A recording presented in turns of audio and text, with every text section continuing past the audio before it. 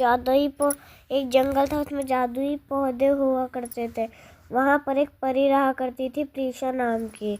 उसके जादुई पंख थे और उनमें बहुत सारे कीमती कीमती स्टिकर लगा रहा करता था। उसके पंखों में बहुत सारे डायमंड लगे हुए थे। उसे खुशबूदार बनाते थे और चमकदार बनाते थे।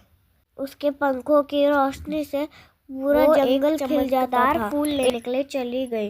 वहाँ पर उसे एक बहुत चमकदार फूल दिखा। वो उसकी तरफ जा ही रही थी कि आंधी आ गई और उसके ये पंख टूट गए और उसके सुंदर पंख टूट गए और वो जमीन पर गिर पड़ी। उसका दिल बहुत ज़्यादा टूट गया था और वो रोने लगी। फिर उसके दोस्तों को वो ज़ोर ज़ोर से रोने लगी और दुखी होने लगी। और उसकी ये बात उनके दोस्तों को पता चली तो वो उसके पास गए। उससे कहा, हम तुम्हारे लिए कोई चीज़ लाते हैं जिससे तुम्हारे पंख ठीक हो जाएं। हम तुम्हारे लिए कोई ना कोई तो रास्ता निकालेंगे जो तुम्हारे नए पंख ला सके। तो वो पंख परियों की रानी के पास गए।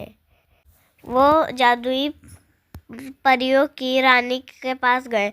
वापस से उसके नए पंख लाने की तलाश करने में लगे। जादुई रानी ने कहा, परियों की रानी ने कहा कि उसके पंखों पर जादुई फूलों का रस लगाएं।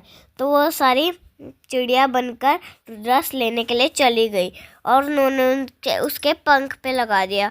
फिर से उसके पंख निकल आए और वो बहुत खुश हो गई। फिर से वो अपने जादुई पंखों की रोशनी फैलाने लगी। और ये देखो, ये अपने दोस्तों के साथ जश्न मनाने लगी और खुश रहने लगी। इससे हमें ये शिक्षा मिली, जब दोस्त साथ हुए तो सब कुछ चीज़ें आसान हो जाती। आई होप आपको मेरी कहानी अच्छी लगी होगी। ऐसी और कहानियों के लिए मुझे लाइक करें, शेयर करें, सब्सक्राइब करें।